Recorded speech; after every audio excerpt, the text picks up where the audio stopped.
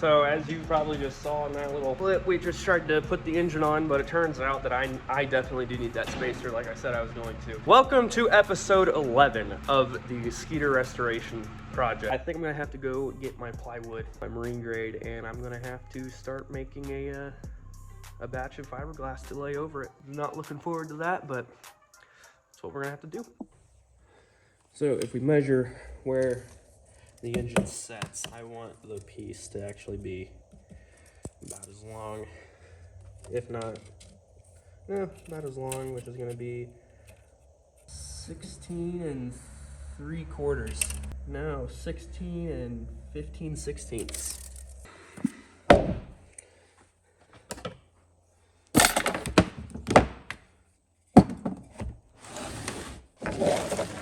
This board is 1/2 inch thick.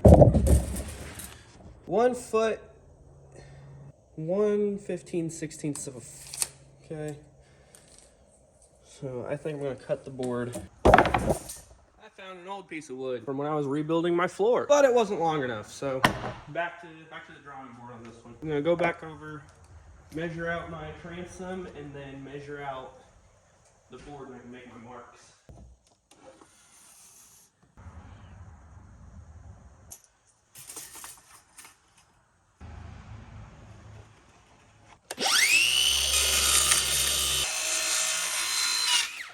To the total length.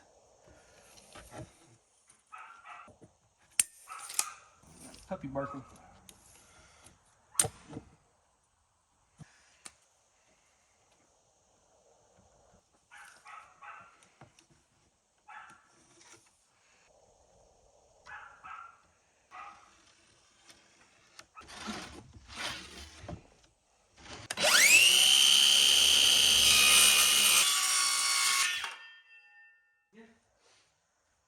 Now I just need to measure 2-inch increments out of this. So I need to get these down into strips.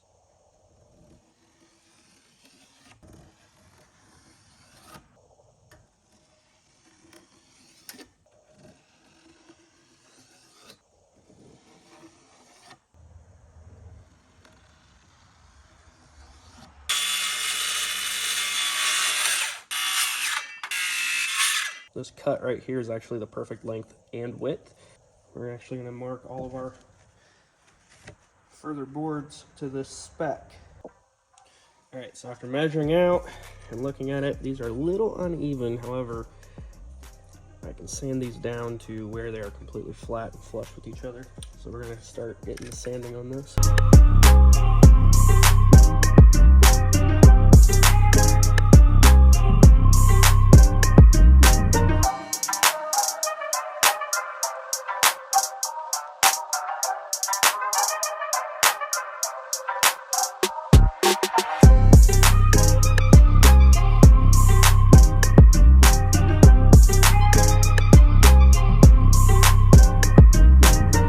Plan is taking the same screws that I used when rebuilding my floor and going down the middle to hold these together.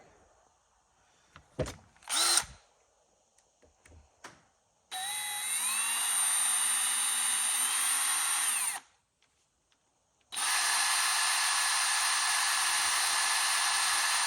bite. There we go. All right.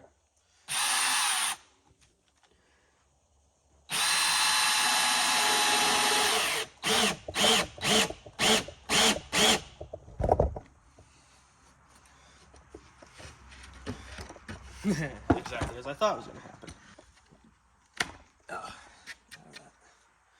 Then these will be cut out. Now we're going to snip these ends of these screws off, and we'll have our spacer.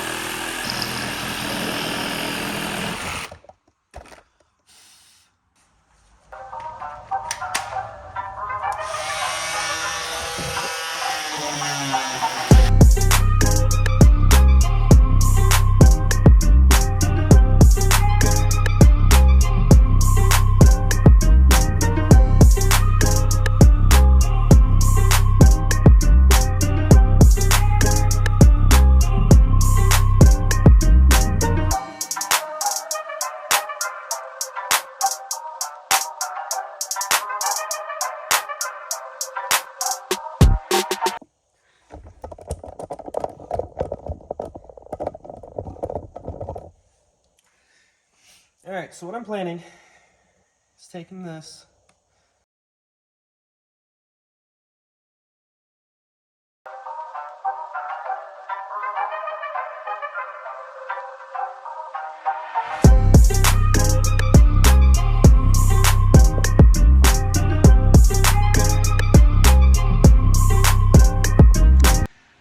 So it is like 9 o'clock, 8 o'clock at night. I don't think my idea how I want this to work is gonna work the way I want it to work. I built the spacer, and what I wanted to do was put it in a fiberglass wrap and then spray paint it like a black, or not a black, but a metallic silver, or a metallic aluminum, just like we spray painted the back of the transom as, so it'd be protected. It didn't work because fiberglass is really difficult to work with. Why? I don't know. It's annoying. This is what we got so far. I had it set up so the hot air from the shop vac would come in, blow down. We got the fan blowing it as well, trying to dry this out, and it's just not drying. There's like 2 layers of fiberglass on it. It's all air pocketed and nasty, and I'm probably just gonna sand it down in the morning. I'm kind of disappointed in it. This is not how to repair your boat. I'm gonna sand it down in the morning, paint it, and then see what we're dealing with. So, see you guys in the morning. All right, so after a little bit of investigation, it turns out I don't actually need the spacer, because after looking at Dad's Ranger, it turns out that even his, like well, let's come over here. These lips on his boat, they don't touch the transom. So we're just gonna go ahead and line this up, get some holes pre-marked, and we're gonna mount this thing.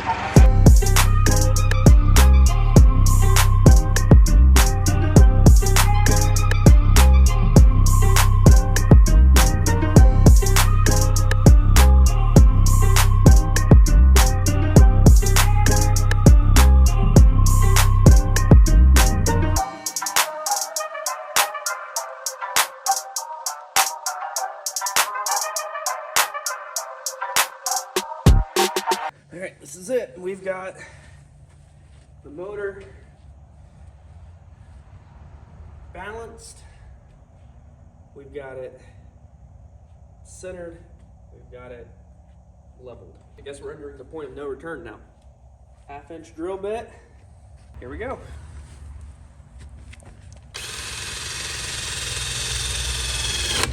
Ooh.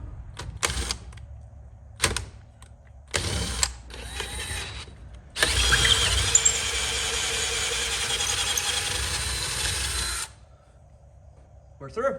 All right, first hole done. Here's what it looks like.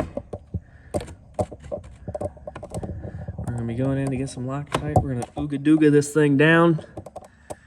But let's get all these holes drilled first. Our second hole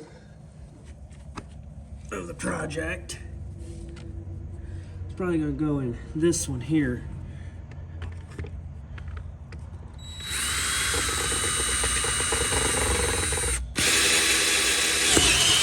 We're through. Awesome.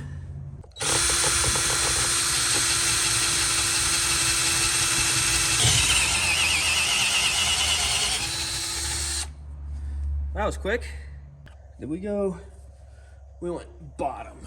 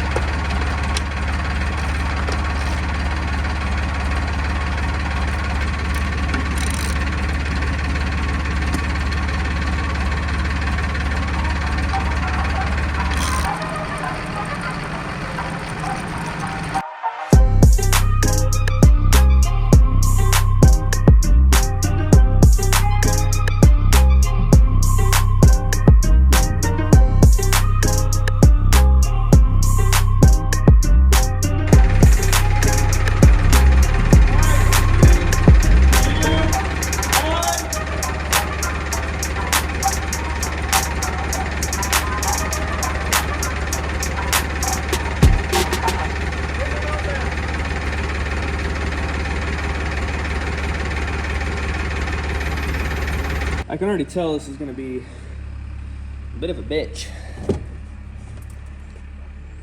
if I do say so myself.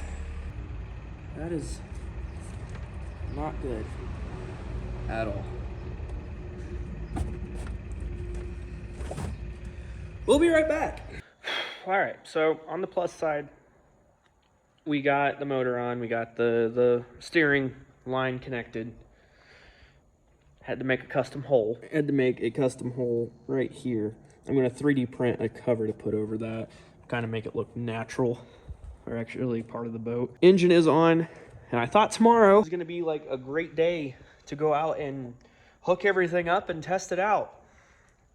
Making sure my throttle cables were in the right positions, and they weren't. Had a piece off the throttle arm snap, and then the whole throttle arm I took off so I could try to investigate, because the throttle itself is like really sticky. I thought the bearing was spun. No, it was not spun. It just needed greased really well, but I have to buy a new control arm. That is it for this episode. We have the motor on. It was a definitely long process, but it's on. It's actually looking pretty good, even though it's kind of messed up now. But here's the progress. See you guys in the next one.